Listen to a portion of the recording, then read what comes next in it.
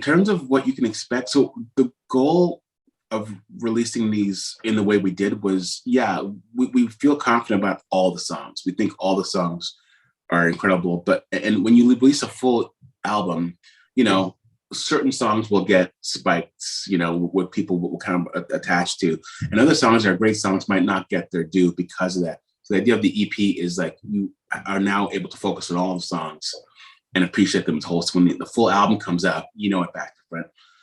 The goal was to have a bit of three different types of music. One was like more of like maybe a bluesy Zeppelin type of thing, which there are songs on 7.1, 7.2 that have those feels, like Rye Bread and Spit It Out, you know, have decidedly bluesy Zeppelin type of thing.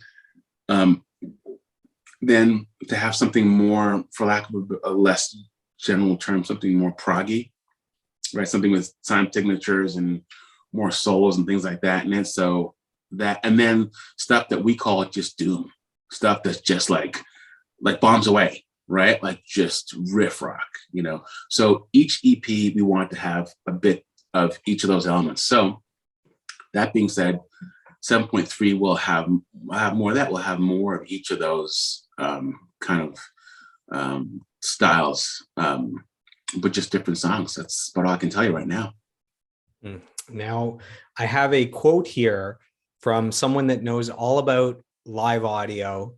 This is from Dan Preston, who's a front of house engineer, who's worked with Finger 11, I Mother Earth, 3 Days Grace, and Big Wreck. So yes, this is what Dan has to say. He just got home yesterday from a tour with JJ Wild and the Glorious Sons, and they played with Kiss in like the Coliseum. I don't know. They played some crazy places. So yeah. So this is from Dan Preston. This is a longer quote as well. People like writing really long quotes for you. I don't know. You inspire them to write novels. So Dan Preston says, being a rock guitarist in the 90s, it's obvious that I was a fan of Big Wreck and Mr. Thornley in particular.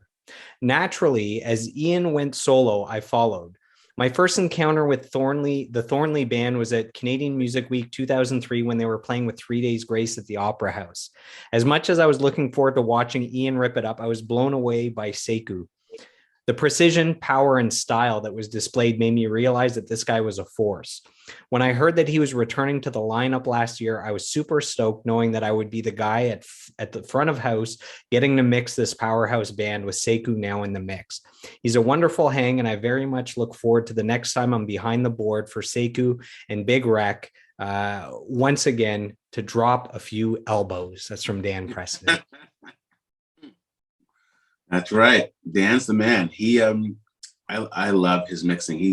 He mixes us very drum heavy. So I'm a big fan of the way Dan mixes, and a great hang. He's one of those, he does front of house, but he also does some tour managing.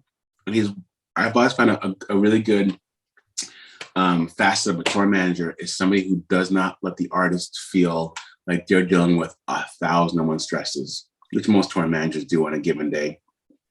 Things are always going wrong, and they're always trying to put out fires. And you know, here I come going, hey Dan, catering. Do they have any? You know, I'm asking these inane questions about, and he's talking to me like, yeah. So you'll find catering does. We'll have fish, and then we'll have some vegan options. But while in the meantime, he's trying to figure out why there's no backdrop on stage or why there's no riser or whatever it is. You know. He's got a really good temperament for babysitting, you know, grown children rather, while still doing a really incredible job at front of house and as a TM. So love that guy. Yeah, I hope we get to work with him again soon for sure.